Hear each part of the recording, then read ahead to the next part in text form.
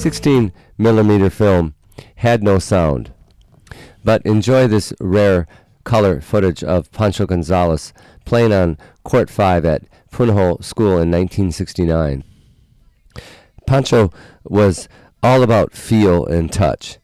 He created shots in his mind, and he had the skills to pull it off. And what's most unique about Pancho is he is completely self-taught. The game is, and always will be, a game of trial and error.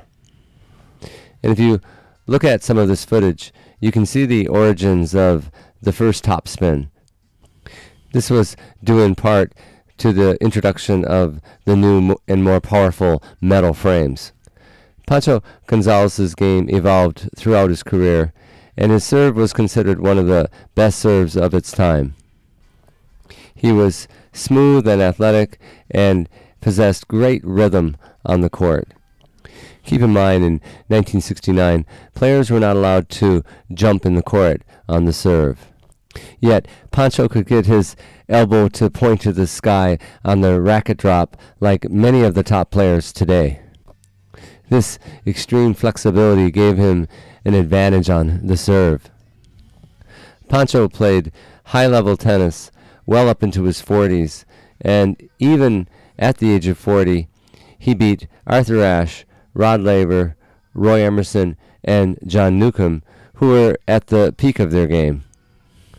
Playing next to Pancho on court number 6 is Muriel and Jim Osborne. Jim is demonstrating a rarity here, which is a topspin forehand with a wooden racket.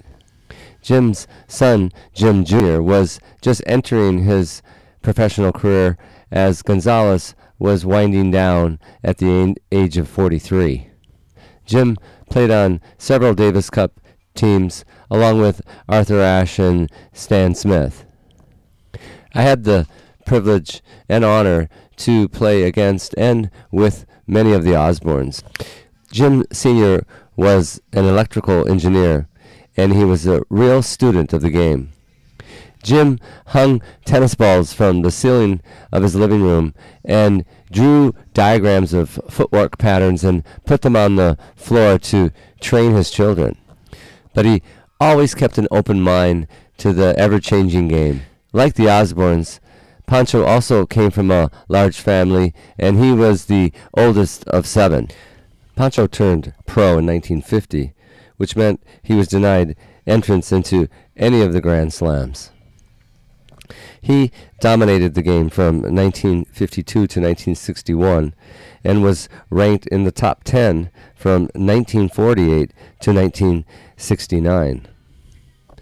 In reality, self-taught players have an edge when it comes to creativity and imagination. There are thousands of artists, musicians, and athletes that have been self-taught throughout the years. And many of them have taken their talents to the professional or genius level. Most recently was golf's Masters champion, Bubba Watson.